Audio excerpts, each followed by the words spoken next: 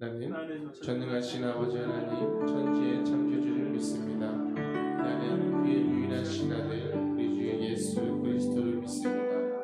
그는 성령으로 잉태되어 동정녀 마리아에게서 나시고 본디오 빌라도에게 고난을 받아 십자가에 못 박혀 죽으시고 장사된 지 사흘 만에 죽은 자 가운데서 다시 살아나셨으며 하늘에 오르시어 전능하신 아버지 하나님 우편에 앉아 계시다가 거기로부터 살아있는 자와 죽은 자를 심판하러 오십니다. 나는 성령을 믿으며 거룩한 공교회와 성도의 교제와 죄를 용서받는 것과 몸의 부활과 영생을 믿습니다. 아멘.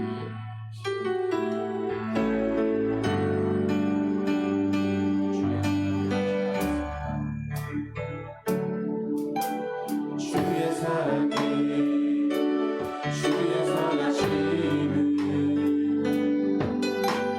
주의 은혜를 생각해보라. 하늘보다도 더 높으신 아버지의 사랑 그도 놀랍네. 아버지 사랑 그도 놀랍네. 주의 사랑이 주의 선하심을 주의 은혜를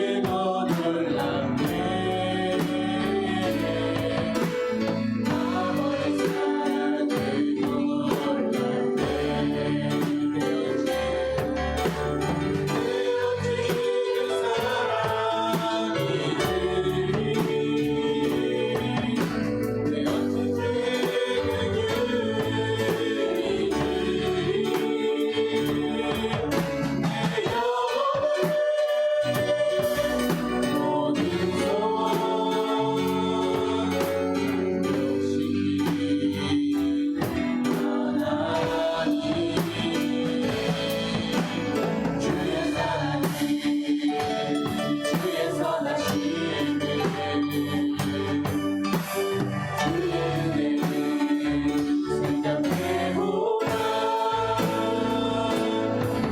하늘보다도 더 높으신 아버지의 사랑 그도 놀랍네. 아버지 사랑 그도 놀랍네. 히브리서 5장 1절로 10절 말씀을 가지고 고난이 진짜를 만든다, 이런 제목으로 함께 은혜의 말씀을 나누겠습니다. 여러분, 온실을 가보셨나요? 거친 바람이 없어요. 따뜻하고 온화하고 습기도 영양분도 모든 것이 최적화가 돼가지고 꽃이 자랄 수 있는, 꽃이 필요한 모든 것을 다 공급해 주는 곳이 어디입니까? 온실입니다. 꽃이 할 일이 아무것도 없어요. 그냥 차려놓은 밥상 먹어만 주면 되는 거예요. 그러다 보니까 그 온실에서 나온 꽃은 상품성이 높습니다. 색깔도 좋고 그리고 키도 크고 모든 것이 다 좋아요. 반면 들에 핀 꽃은 어떻습니까? 평지풍파 다 맞고 거기서 죽지 않고 살아남기 위해서 얼마나 노력을 하는지 몰라요. 그러다 보니까 뿌리가 깊습니다. 그 평지풍파를 만나면서 어때요? 키가 크지 않아요. 어떻습니까? 그 빛깔은 더 아름답습니다. 가장 중요한 핵심은 뭐예요? 그 꽃에는 진한 향기가 있습니다. 하나님은 우리에게 뭘 원하실까요? 온실 같은 곳에서 피어난 꽃 같길 원하실까요? 아니면 들에서 모든 평지풍파를 다 견뎌내면서 살아남아 주기를 원하실까요? 제가 한번 이렇게 묻는다면, 여러분은 온실을 원하십니까? 아니면 들녘을 원하십니까? 아마 여기 있는 모든 분들은 다 그럴 거예요. 온실을 원하지요. 모든 것이 다 구비되어져 있는, 불편함이 없는, 울타리가 없는 노지에 꽃은 힘듭니다. 밤낮의 온도 차이, 부는 바람, 어떤 때는 정말 땅이 쩍쩍 갈라질 것 같은 가뭄 속에서도 살아남기 위해서 뿌리를 내려야 하고, 어떤 때는 예상치 않은 한파 속에서도 얼어 죽지 않기 위해서 견뎌내야 되는 거예요. 그건 정말 힘든 거거든요. 연단이고 고난이고 시련입니다. 누가 노지의 꽃이 되길 원하시는 사람이 있겠습니까? 다 온실의 꽃이 되길 원하겠죠. 그러나 여러분, 중요한 건 뭐예요? 하나님은 우리에게 뭘 원하실까요? 하나님은 우리를 온실 속에 가둬두지 않으십니다. 하나님은 우리를 대지 위에 피어나는 꽃이 되길 원하십니다. 울타리 가려주는 것이 아니라 내가 너의 곁에서 너와 함께 있어줄게. 내가 너를 지켜줄게. 온실이 아니에요. 그 바람 같이 맞아가면서 그 추위 같이 느껴가면서 내가 그 곁에 같이 있어줄게 라고 하는 말씀을 하신다는 거예요. 온실 속의 꽃은 금방 병듭니다. 온실 속의 꽃에게 어떤 문제가 생기면 그냥 다 죽습니다. 그러나 들녘에 노지에 있는 그 꽃은 어지간해서는 병들지도 않고 어지간해서는 시들지도 않고 어지간해서는 잘 죽지도 않습니다. 우리가 사는 이 시대가 그런 것 같아요. 요즘 사람들 관심 갖고 살아가냐면 안전, 리스크, 내 삶이 얼마나 안전할까, 내 삶에 얼마나 리스크 관리를 잘하고 있는가에 대해서는 관심이 굉장히 많아요. 조금만 손해가 될 것 같으면 이거 안 돼. 조금만 불리할 것 같으면 피하고. 뭐를 만들어가는 거예요? 나의 삶을 온실 속처럼 만들어 가려고 해요. 우리 애들도 그렇게 키우려고 해요. 좋은 것 같은데 그러다 보니까 어때요? 조금이란 시련, 조금만 어려운 고난 다가오면 완전히 다 무너져 버립니다. 견뎌내질 못해요. 연세는 드시고 몸은 비대한데 뭐가 없어요? 근력이 없어요. 무거운 걸 들지를 못해요. 몸은 멀쩡한데 우리의 신앙도 그렇다는 겁니다. 겉보기는 너무 멀쩡해요. 성경에 대해서도 잘 압니다. 그러나 조그만 시련이 다가오면 자빠져요. 몸살이 나요. 병이 들어요. 뭐가 없어서요? 그 시험을 이겨낼 수 있는 근력이 우리 안에 없다는 거예요.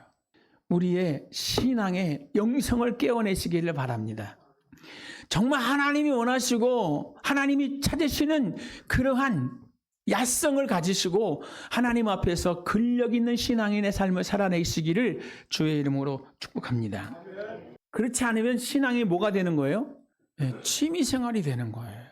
취미생활은 해도 되고 안 해도 되는 거잖아요. 근데 신앙생활은 어떻습니까? 이건 생명이에요. 죽고 사는 문제입니다. 근데 이 신앙이 오늘 저와 여러분에게 그렇게 절절하게 다가오나요? 신앙생활이 정말 죽고 사는 문제입니까? 우리가 그렇게 느끼지 못한다고 하면은 정말 우리는 온실 속의 화초예요. 이런 편지풍파, 이런 시련과 연단 다 겪어가면서 우리만의 아름다운 그리스도의 향기를 발할 수 있는 정말 진한 예수 믿는 맛을 가지고 있는 저와 여러분이 되기를 바랍니다. 오늘 성경 히브리서 5장 1절로 10절 말씀을 보면 누구를 얘기하냐면 예수 그리스도, 우리의 영원한 대제사장 되시는 예수 그리스도를 말하고 있습니다. 그분은 하나님이셨습니다. 그분은 전능하셨습니다. 그럼에도 불구하고 그는 고난을 겪으셨습니다. 그리고 그 고난을 통해서 배우셨다고 그랬습니다. 오늘 하나님께서 예수 그리스도를 통해서 이 땅의 모든 구속의 역사를 이루셨지만 그 구속의 역사를 이뤄내시는 예수 그리스도가 어떻게 사역을 시작했고 어떻게 삶을 꾸려나가셨는지를 통해서 오늘 여기 있는 예수 믿는 저와 여러분도 뭐예요? 왕 같은 제사장이라고 베드로전서에 말씀하셨거든요. 우리도 그와 같은 역할을 감당해야 되는 은사와 사명이 저와 여러분에게 있습니다. 그렇다고 하면 알고 있다는 것으로 만족할 것이 아니라 온실 속에 화초처럼 나를 지켜주세요, 나를 보호해주세요, 내가 할 수 있도록 만들어주세요 라고 하는 연약한 존재가 아니라 세상에 어떤 시련의 파고를 만나더라도 중심을 붙잡고 항상 하나님이 원하시는 아름다운 향기를 발할 수 있는 그런 신앙인으로 자라가게 되시기를 주의 이름으로 부탁을 드립니다. 먼저 살펴볼 것은 불쌍히 여김은 머리에서 나오는 것이 아니라 몸에서 나온다는 거예요. 여러분 잘 아시죠? 우리나라에 어떤 국가적인 재난이 일어나면 정부에서 모금 활동을 합니다. 그러면 삼성, 현대, LG 뭐 이런 대그룹에서 어떻게 해요? 뭉치돈을 탁탁 냅니다. 나중에 합계를 보면은 누가 제일 많이 한 줄 아세요? 서민들. 그 푼돈이 모아져서 그 대기업들이 한 것보다 더 많은 모금이 모아져요. 근데 어떠한 사람들이 많이 내느냐? 수해가 나서 모금을 하면 수해 피해를 입었던 사람들이 십시일반 더 열심을 낸다는 거예요. 산불 피해를 입었던 사람들은 어떠한 화재의 경험이 있는 그 재난의 과정을 겪었던 사람들이 십시일반 더 많은 일들을 한다는 거예요. 왜요? 왜? 그것을 뼈저리게 느꼈기 때문에, 그 고난의 과정을 겪었기 때문에 더 마음이 간절하고 더 마음이 간다는 거예요. 우리 예수님이 우리를 사랑하셨습니다. 그런데 그냥 지식적인 삶으로 우리를 찾아오셔서 우리 곁에 계신 분이 아니라 어때요? 실제로 육신의 몸을 입고 이 땅에 오셔서 우리와 같은 시련과 연단의 과정을 살았기 때문에 그 시험 받으시는 우리를 긍휼히 여기고 도우시는 참 좋으신 하나님이라고 말씀해 주시는 줄 믿습니다. 오늘 2절의 말씀을 보면 무식하고 미혹된 자를 능히 용납할 수 있는 것, 이게 대제사장의 자격이래요. 제사장이 무슨 역할을 하는 거냐면 거룩하신 하나님 앞에 죄인된 인생을 중보하는 일을 하는 게 대제사장입니다. 죄 많은 인생을 의로우신 하나님 앞에 중보하려고 하면 어때요? 내가 그 마음이 돼야 돼요. 중보기도 할 때도 마찬가지예요. 하나님 저 사람 불쌍히 여겨주세요 라고 하는 단순한 언어 표현이 아니라 정말 그 사람의 입장이 되어서 그 사람의 상황을 이해하면서 마음을 토로하듯이 하나님 함께 해주셔야 돼요. 하나님 붙잡아 주셔야 돼요. 하나님 도와주셔야 돼요 라고 할 수 있는 존재가 제사장이라는 거예요. 오늘 하나님께서는 저와 여러분을 제사장으로 쓰시기를 원하십니다. 그래서 뭐 하시는 거예요?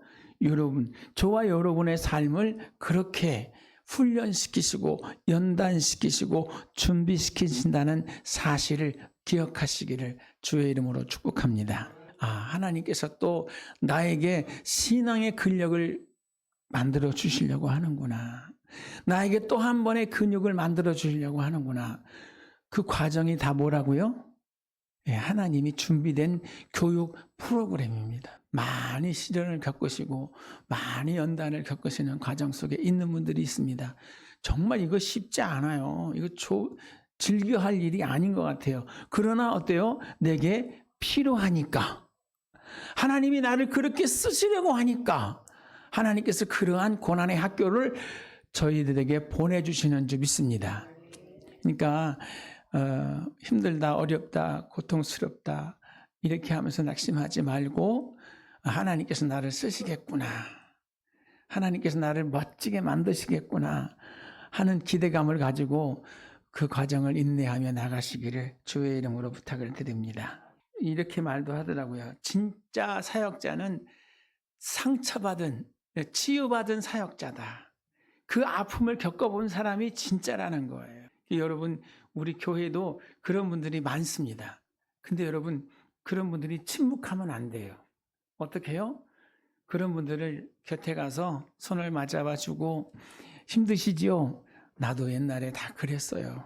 내가 성공하고 내가 행복하고 내가 좋은 것만 얘기하는 게 아니라 내가 정말 그렇게 힘들었던 시간, 내가 정말 그렇게 외롭고 고통스러웠던 순간들을 이야기해 주는 거예요. 나도 그런 시간이 있었어요. 그런데 그 과정을 다 겪고 나니까 하나님께서 지금 나를 이렇게 정금같이 만들어 주셨습니다. 그래서 지금 내가 당신을 이렇게 위로할 수 있습니다. 하나님께서 그런 과정을 저와 여러분에게 선사해 주실 줄 믿습니다. 우리 안에 연약함이 그래서 뭐가 되는 거예요? 사실은 하나님께서 우리에게 주신 최고의 자산이 될 수 있다는 거예요. 내 연약함과 부끄러움과 그 수치스러움이 내가 오픈할 수 있다고 하면 하나님께서 쓰시는 귀한 자산이 될 줄 믿습니다. 성경에 보면 두 사람의 인물이 나옵니다. 한 사람은 이스라엘의 1대 왕 사울이고 또 한 사람은 우리가 너무 잘 아는 2대 왕 다윗입니다. 사울은 왕이 되었을 때 한 일이 뭐냐면 자신을 위해서 기념비를 세웠어요. 그리고 자신의 한 업적을 갖다가 드러내려고 노력을 했습니다. 국민의 마음을 얻기 위해서 자신을 부각시키는 일을 노력했어요. 결국 어떻게 됐습니까? 하나님 말씀보다 그 백성의 말에 더 귀를 기울이고, 그래, 여러분이 원하는 대로 해줄게, 여러분이 원하는 대로 합시다, 이러다가 하나님의 말씀을 버려서 하나님도 그를 버려 이스라엘의 왕이 되지 못하게 했습니다. 그 가장 중요한 이유가 뭔지 아세요? 그가 하나님을 인식하기보다는 그 백성을 더 의식하고 백성의 마음을 사기 위해서 했다는 거예요. 자기 자리를 연연하기 위해서. 근데 다윗은 어떻습니까? 다윗은 시편 51편에 보면 그는 자신의 죄를 회개하면서 침상을 적셨던 사람입니다. 다윗이 얼마나 죄를 많이 졌기에, 그죠? 근데 그는 죄를 많이 졌습니다. 실상. 무슨 죄를 졌어요? 간음하는 죄를 지었고요. 살인죄를 졌고요. 그 죄를 어떻게 했어요? 토로하고 하나님께 고백합니다. 하나님 앞에서만 고백하는 게 아니라 모든 사람들한테 고백하는 거예요. 그래요. 나도 그렇게 부족해요. 나도 그런 죄를 지었어요. 나도 그렇게 연약하면 쓰러졌던 사람입니다. 라고 했을 때 그가 아둘람 굴에 피해 있을 때 다윗을 통해서 위로를 받고 다윗과 같은 하나님의 사람들로 변화되어지더라는 거예요. 거기서 만약에 다윗이 나는 의인이야, 나처럼 살아야 돼, 신앙생활은 이런 거야 라고 했다고 하면 그 아둘람 굴에 모여있던 그 사람들의 마음을 살 수 있을까요? 아니죠. 하나님께서는 다윗의 그 낮아짐을 통해서 다윗의 그 수치로운 부분을 다 드러냄으로 인해서 하나님의 영광을 받으신 줄 믿습니다. 그러니까 하나님께서는 지금 저와 여러분을 그런 과정을 통해서 여기까지 이끌어 주셨어요. 그 창피해서 얘기 못하죠. 그 부끄러워서 어떻게 그런 얘기를 다 합니까? 하지만 여러분, 우리와 함께 하신 우리 하나님의 역사를 드러내려고 하면 어때요? 내가 낮아져야 돼요. 나도 이렇게 부끄러운 사람이었습니다. 나도 이렇게 연약한 존재였습니다. 그런데 그러한 나를 하나님께서 오늘 이렇게 만들어 주셨어요. 옛날에 그 부끄러운 모습을 자신 있게 얘기할 수 있는 게 뭡니까? 그럼에도 불구하고 하나님이 나를 이렇게 사랑하셨다는 거, 이게 가장 중요한 핵심이죠. 그 내용을 말할 수 있는 이런 은혜가 누구에게요? 다윗에게 있었어요. 사울은 감추려고 하고 자기의 온전함, 자기의 의로움, 그러다 보니까 하나님의 말씀도 버리고 백성의 마음만 살려다가 하나님께 결국 버림받는 존재가 되었다는 겁니다. 나도 너처럼 그런 과정을 겪었어 라고 하는 실패의 담이 최고의 간증이 될 줄 믿습니다. 우리나라에도요, 그 공감 없는 엘리트들이 많습니다. 뭣도 몰라요? 버스비가 얼마인지도 모르고 국민들의 삶을 책상 위에서 결정하는 그 탁상 공론하는 공무원들. 자기는 나라에서 준 차를 기사 두고 타고 다닙니다. 기름값 얼마인지 신경 안 써요. 다 넣어주니까. 버스 탄 적이 없어요. 전철 타본 적이 없어요. 그런데 서민들의 삶을 어떻게 그런 사람들이 할 수 있겠습니까? 오늘 우리가 그 낮은 자리로 내려가서 그 고난의 현장을 함께 손붙잡고 나눌 수 있는 이런 은혜가 있기를 주의 이름으로 축복합니다. 하나님은 뭘 원하신다고요? 현장의 제사장. 지금 저와 여러분의 살고 있는 그 삶의 이야기를 나눌 수 있는 그러한 제사장을 원하시는 줄 믿습니다. 두 번째, 스펙을 쌓지 말고 하나님의 그 부르심에 반응할 수 있는 은혜자가 되시기를 바랍니다. 5절의 말씀을 보면 그리스도께서 스스로 영광을 취하신 것이 아니라고 말씀하십니다. 대제사장은요, 아무나 내가 원한다고 되는 게 아니에요. 어떻게 해요? 하나님께서 선택하시는 거예요. 제일 처음에 대제사장이 된 것은 누굽니까? 아론이죠. 아론은 모세가 선택한 게 아니에요. 하나님이 선택하셨어요. 그런데 사람들이 볼 때는 누가 선택한 것 같아요? 동생의 지형 대제사장으로 세워놓고 지들끼리 다 해먹는다 생각했습니다. 아니 나도 똑같이 아론의 후손이고 나도 똑같이 아론의 지파인데 왜 아론만 대제사장이 되고 우리는 그가 하는 일을 수발드는 일만 해야 됩니까? 라고 하는 그 불평과 불만이 생겼어요. 레위 지파 안의 분란으로 인해서 하나님께서 뭐 하십니까? 레위 지파 중에 장들은 다 지팡이를 가져다가 회막 앞에 꽂아놓으라고 그러잖아요. 그죠? 다 꽂아놓고 그 다음날 가보니까 어디서? 아론의 지팡이에서 싹이 난 거예요. 뭐 한 거예요? 내가 이 사람을 선택한 것이라는 확실한 증거를 보여주신 거죠. 하나님이 선택하셨다는 그 사건. 그런데 그럼에도 불구하고 어떻게 됩니까? 반란을 펼쳤던 사람들은 고라 자손 같은 경우는 다 죽어요. 그런 분란이 다시 일어나지 않기 위해서 지팡이를 꽂게 하시고 확실한 증거를 주시는 거죠. 누가 선택하는 거예요? 하나님의 제사장은 하나님이 선택하는 거예요. 여기 있는 저와 여러분도 어때요? 우리가 선택해가지고 서부순복음교회 내가 선택한 교회예요. 이렇게 나오시는 분들이 계시는데 그거 아니에요. 누가 선택하는 거예요? 하나님이 한 분 한 분을 지명하시고 불러주신 거예요. 내가 너를 지명하여 불렀나니 너는 내 것이라 그러시잖아요. 여러분이 선택한 것이 아니라 하나님이 선택하신 줄 믿습니다. 그래서 오늘 우리는 신앙인으로서의 스펙을 쌓으려고 하는 사람들이 많아요. 성경을 매독하고 그 다음에 성경 어떤 교육 프로그램에 참여하고 그게 아니에요. 제일 중요한 게 뭐예요? 하나님이 선택하시는 거예요. 하나님이 부르시는 거예요. 그래서 우리가 신앙생활하면서도 내가 어떻게 나를 관리하면서 내 위치를, 내 직임을 높여보겠다. 여러분 그게 아닙니다. 순서가 바뀌었어요. 하나님께서 부여해 주신 그 직임의 자리에서 최선을 다하시는 은혜가 있기를 주의 이름으로 축복합니다. 오늘 제가 주일마다 그 순복음 원당교회 그 저희 총회장 목사님 설교를 오전에 일어나서 듣거든요. 7시 반에 이렇게 예배가 시작되면 제가 블루투스 이어폰을 듣고 아침에 일을 하면서 그걸 들어요. 근데 오늘은 고경환 목사님이 안 쓰고 다른 목사님이 섰더라고요. 알아보니까 미국에 가 계시대. 근데 다른 목사님이 서서 하시는 말씀이 뭐였냐면 하나님께서 주신 비전에 대한 이야기를 하시더라고요. 제가 은혜를 받았어요.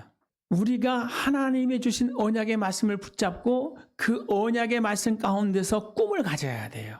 그 꿈이 있는 백성은 망하지 않습니다. 그런데 그 하나님의 말씀이 없고 꿈이 없는 사람은 방자에 행한다 그랬어요. 근데 하나님께서 주신 그 비전, 하나님께서 주신 그 은사 어떻게 알 수 있을까요?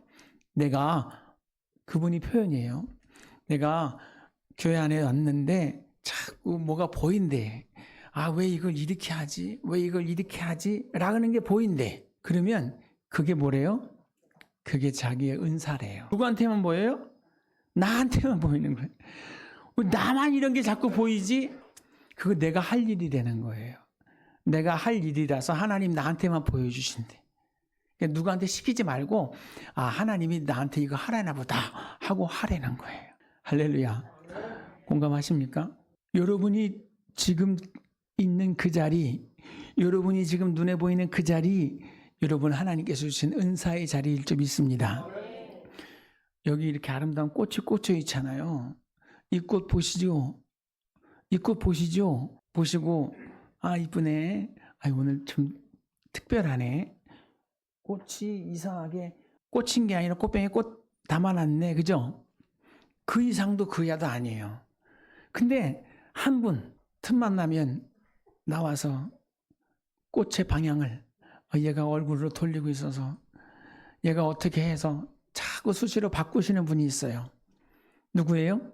그분은 그게 직임이고 그게 은사예요. 아무도 그거 못해. 그분이니까 하는 거예요. 그죠? 성가대 지휘자도 마찬가지, 피아노, 신디, 반주하시는 분도 마찬가지, 안내해 주시는 분도 마찬가지. 그분들에게는 그분들의 시야가 있습니다. 그게 뭐예요? 하나님께서 내게 부여해 주신 직임이고 은사고 그게 뭐예요? 비전이라는 거예요. 그 자리에서 하나님을 기쁘시게 하는, 그 자리에서 하나님이 나에게 이것을 맡겨주시는구나 라고 감당할 수 있는 이런 은혜가 저와 여러분에게 있기를 주의 이름으로 축복합니다. 진짜는 하나님이 세우시는 거예요. 아, 이게 하나님 날 이렇게 세우시는구나 이렇게 깨닫고 그 직임을 통해 하나님 영광 돌리시는 여러분 되시기를 바랍니다. 예수님이요 그냥 내가 대제사장이 될 거야 라고 하실 것 같았어요. 그죠? 왜? 하나님이시니까. 그러나 그분은 이 땅에 오셔서 아론의 반차를 쫓지 않고, 즉 아론의 후손으로 대제사장이 된 것이 아니라 멜기세덱의 반차를 쫓아서 대제사장이 되셨어요. 하나님께서 부여해 주신 그 자리에 하나님께서 보여주시는 그것을 통해서 여러분 감당해 갈 수 있는 은혜 있기를 주의 이름으로 축복합니다. 성경에 보면 그 기드온의 300용사 이야기가 나옵니다. 미디안 군이 쳐들어왔을 때 몇 명이나 쳐들어왔습니까? 13만 5천 명이나 쳐들어왔어요. 그 전쟁통에 기드온이 우리도 나가서 싸웁시다 해가지고 모여든 사람들이 몇 명이에요? 3만 5천 명입니다. 13만 5천 명 대 3만 5천. 수가 돼야 안 돼요? 안 되죠. 기드온이 모을 수 있는 최고의 스펙이 3만 5천이에요. 하나님은 전쟁터에 나가는 기드온에게 뭐라고 말씀합니까? 너무 많다. 아니 13만 5천 명에 3만 5천 명이 뭐가 많습니까? 그리고 그렇게 말씀하신 다음에 그들 가운데 두려워하는 사람 다 보내라. 다 가고 나니까 10,000명 남았습니다. 거기서 또 하나님께서 물가로 들어가서 거기서 물 먹는 모습을 보면서 하나님이 선택하신 사람이 몇 명이에요? 300명이에요. 13만 5천 대 300. 우리 하나님께서 왜 그렇게 하셨는가에 대해서 성경을 통해서 보면 뭐라고 말하는 줄 아세요? 13만 5천 명을 3만 5천 명이 이겼어도 그들이 이기고 나서 하는 말이 우리가 힘이 좋아서 우리의 환경이 좋아서 우리가 이겼다라고 한다는 거예요. 그래서 도저히 할 수 없습니다. 도저히 우리는 안 됩니다. 라고 하는 숫자를 맞는 게 300명이에요. 그리고 그들에게 준 무기가 뭡니까? 항아리와 그 속에 든 횃불과 나팔 소리였어요. 그것을 가지고 미디안 진영을 삥 둘러싸고 그들이 횃불을 흔들면서 여호와의 군대요 여호와의 칼이요 라고 외쳤을 때 그들이 미디안군을 친 게 아니라 미디안 스스로 자중질환이 일어나서 다 죽었어요. 하나님이 하신 거죠. 여러분 우리가 이 시대를 살아가면서 모든 문제 앞에서 우리는 뭘 따집니까? 내가 이 일을 이뤄내려면 무엇이 필요하느냐? 내게 필요한 것이 무엇인가를 따진다는 거예요. 그러나 여러분 그게 아니라는 거예요. 하나님은 뭘 원해요? 하나님 앞에서 하나님의 도우심을 구하는 믿음과 열정을 원하신다는 거예요. 일은 누가 하신다고요? 일은 하나님이 하시는 거예요. 우리가 생각하는 그 환경적인 모든 스펙들 아니라는 거예요. 뭘 갖고 역사하세요? 네, 하나님의 임재하심 가운데 역사하신다는 이 사실을 꼭 기억하시기를 바랍니다. 우리 주님도 마찬가지예요. 그래서 문제 앞에 서서 항상 뭐 하셨습니까? 기도하셨어요. 우리 주님도 그냥 하지 않으셨습니다.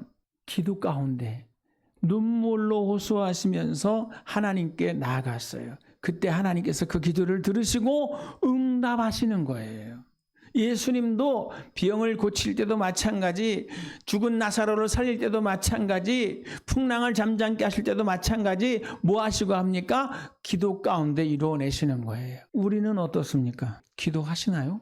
여러분 모든 것의 시작은 기도인 것을 다시 한번 말씀드리니 절대 잊지 마시기를 주의 이름으로 축복합니다.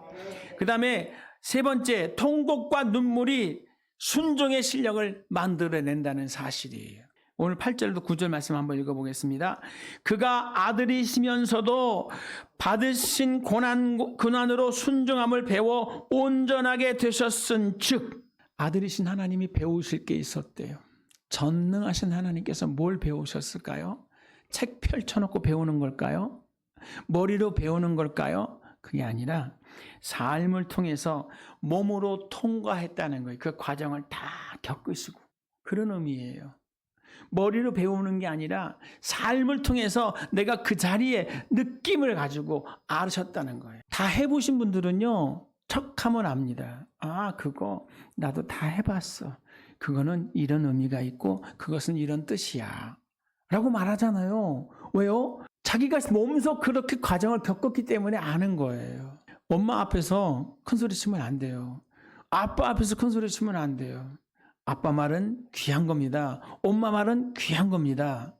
세상의 선배 말은 귀한 거예요. 왜요? 그들은 머리로 얘기하는 게 아니에요. 그들은 그 과정을 다 살아봤기 때문에, 그들은 그 과정의 삶을 다 겪어봤기 때문에 그들의 말은 진리예요. 하나님 말씀 다음 가는 진리예요.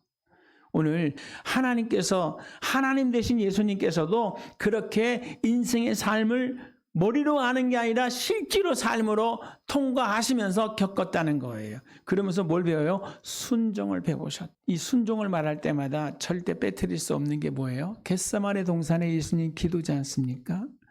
이 잔을 내게서 옮기시옵소서. 하나님 제발. 여러분 그 과정을 다 알고, 우리 사모가 그러더라고요. 우리한테 만약에 하나님께서 다시 개척을 하라시면 자기 못한대. 이건 알고는 못할 일이래. 몰라서 시작했지. 그러니까 또 어떤 사람이 그래요. 목사님하고 결혼하는 건 어때요? 난 지금 안 해요. 몰랐으니까 했지. 목회자의 사모가 뭔지 몰라서, 알긴 알았지만 뭔지 몰라서, 이렇게 힘든지 몰라서 결혼하면서 속옷까지 다 챙겨가지고 왔어요. 왜 속옷을 이렇게 많이 했어요? 속옷도 결혼하면 못 사잖아요. 목사 사모가 되면 힘들으니까 못 사니까 미리 샀대. 그러면서 준비를 했지만 막상 살아보니까 그런 것보다 더 많은 어려움이 있더래요. 다시 하라면 아무리 상이 커도 나는 그 길 못 가요 라고 말하더라고요. 여러분 알고는 못하는 거예요. 그죠? 모르니까 몰라서 했지. 그죠? 아이고 주여. 우리 주님이 그 모든 십자가의 여정을 알으셨을까요? 모르셨을까요? 그 고난의 자리, 그 부끄러움과 수치의 자리 알고 있는데 그 길을 가라는 거예요. 하나님이 뭐라고 그래요? 너 아니면 이 길을 갈 사람이 없다. 다른 사람이 가면 그 의미가 없어요. 왜요? 다 죄를 범하였으면 하나님의 영광에 이르지 못하거든요. 죄가 없으신 분이 우리의 죄를 위해서 대속으로 하신 죽음이어야지 그 의미가 있는 거거든요. 그래서 예수님이 대신 져주셔야 되는 거예요. 알았죠. 자기가 가야 되는 길인 줄 알죠. 그러나 너무 고통스러운 거예요. 너무 부끄러운 거예요. 정말 인간의 길을 포기하는, 하나님도 아닌 그런 위치에 도달하는 거잖아요. 그래서 계속 기도하는 겁니다. 하나님, 이 잔을 내게서 옮겨주십시오. 이거 내가 아니면 안 되는 겁니까? 어떻게 기도해요? 땀방울이 피방울 되도록 정말 얼마나 막 창자가 끊어질 듯 몸부림을 치면서 기도합니다. 하나님, 나 하기 싫어요. 나 하기 싫어요. 나 못합니다. 그러나 마지막에 어떻게 말씀하세요? 예수님 자신 아니면 안 된다는 걸 아니까, 하나님이 하시고자 원하셨던 일인 걸 아니까 예수님 마지막에 수용을 하는 겁니다. 순종하시는 거죠.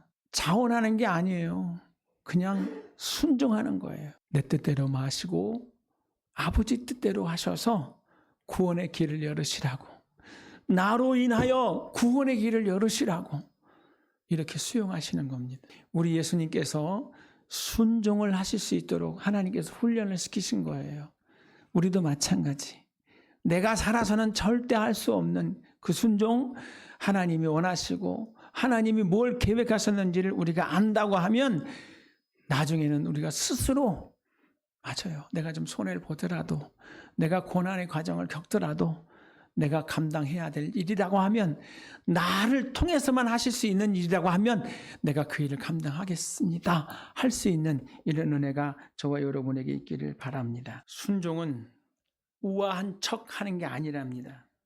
피눈물을 흘리면서 자기의 의지를 꺾는 것이 뭐예요? 순종입니다. 요즘 신앙생활 하면서도 고상한 척 하는 분들 참 많습니다. 근데 그거는 신앙생활이 아니에요.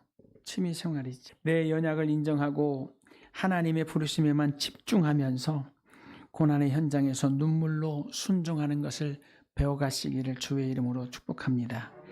이게 정말 세상 사람들이 찾으시고 정말 하나님이 저와 여러분을 통해서 이루고자 원하시는 제사장의 역할일 줄 믿습니다. 기도하겠습니다.